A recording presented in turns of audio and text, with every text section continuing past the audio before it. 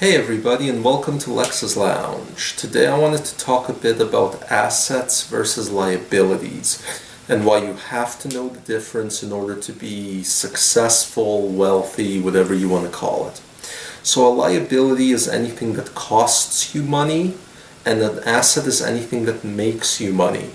Examples of assets are stocks, mutual funds, bonds, rental property, intellectual property, a business that makes you money, whatever things that make you money per month. Those are assets. Your job is not a true asset because you got to put time into it in order to get anything out of it. Your business could be an asset if you yourself don't have to put time into it in order for it to make money.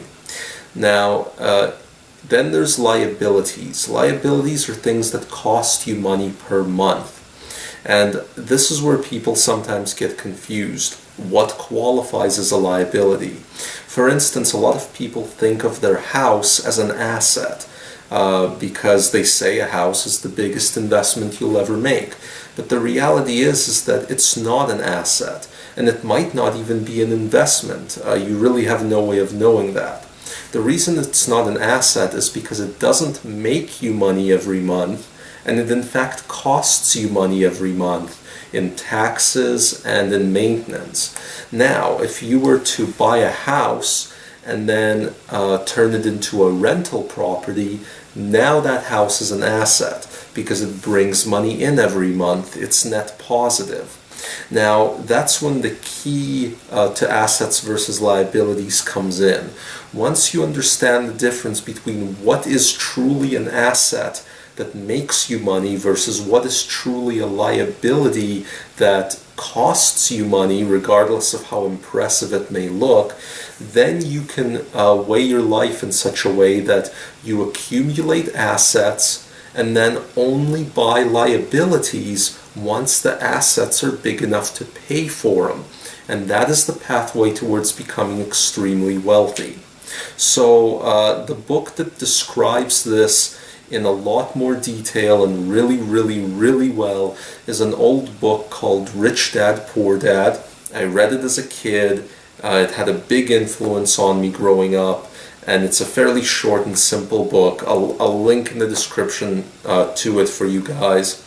But that book is going to teach you the difference between figuring out when something is a worthwhile asset or not a worthwhile asset, whether something's a minor liability or a major one, and how to structure your life around it. A terrific anecdote from that book is when the author was working at a photo selling or like Kodak selling ink toner, and he was working on commission, and basically he kept saving up his commission check and buying assets with his commission checks like property and stocks. And then one day he pulls into work in a big fancy car, and all his co-workers were like, that's what you've been saving up your commission checks for. And they didn't get it because that fancy car was a huge liability, and the only reason that the author of the book bought the car is because his assets had grown so robust that the monthly income from the assets was now covering the monthly lease, insurance, and gas and maintenance for that car, and that's why he bought it.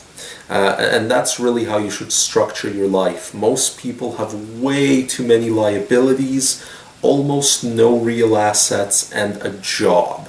And what you gotta have is a lot of assets, few liabilities, and then a job should be something you do to occupy your time and funnel a bit more money into your assets.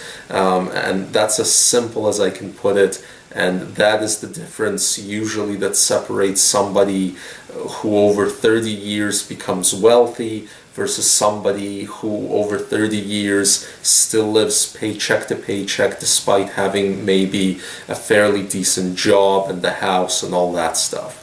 So there you go, guys. Assets versus liabilities. Really basic stuff, but a shocking number of people do not apply it in their lives. That's the show for the day. Hope you enjoyed it. If you did, be sure to subscribe and hit that like button. See you next time.